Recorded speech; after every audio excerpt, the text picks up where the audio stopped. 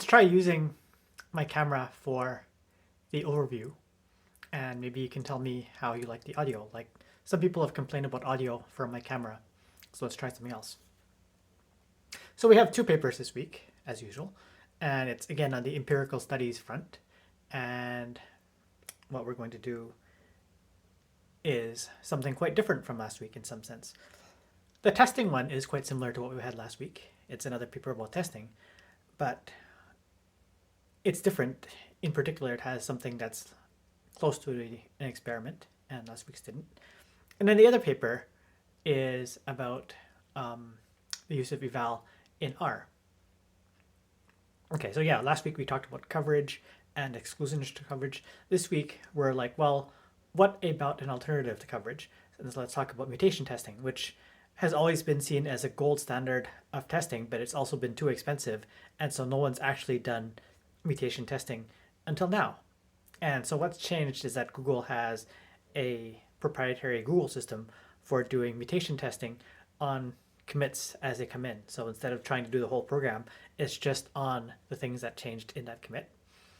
It's incremental, and that makes it a lot more useful. And then the other thing is that they only do one mutation per line, I believe it is. It's mutation testing is definitely more powerful than coverage, but it's been too hard up to date. Okay, I'll let Parjana talk more about how we have what we have exactly in the paper. I'll just give a brief summary and some thoughts about it. So in this paper, we have mutation and, as practiced by Google, how developers use it in terms of the quantity and quality of their commits and how good the commits are.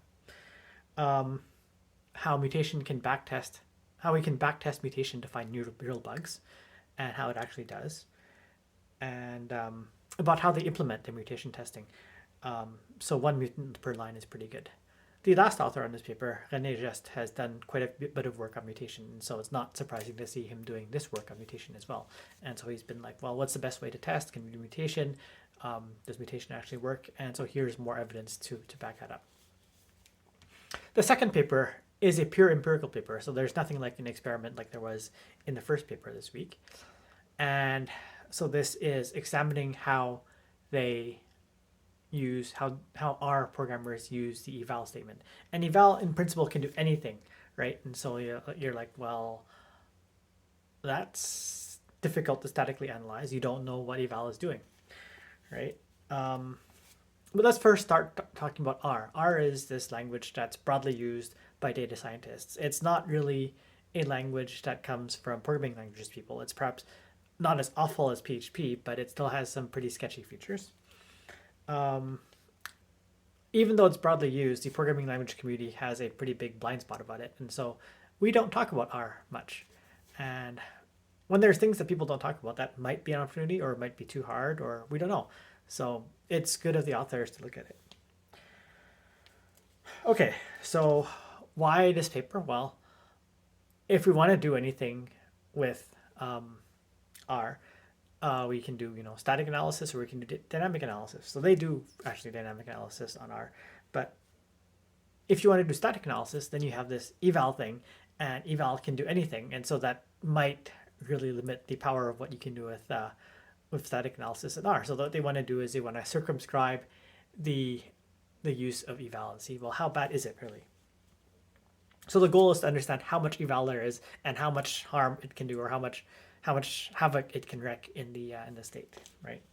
And the TLDR is a lot, but many uses are hard to replace and don't have a huge scope, right? So if you're trying to analyze and be perfect in your analysis, then it's still quite limited, but there's a lot of code you can still analyze without eval.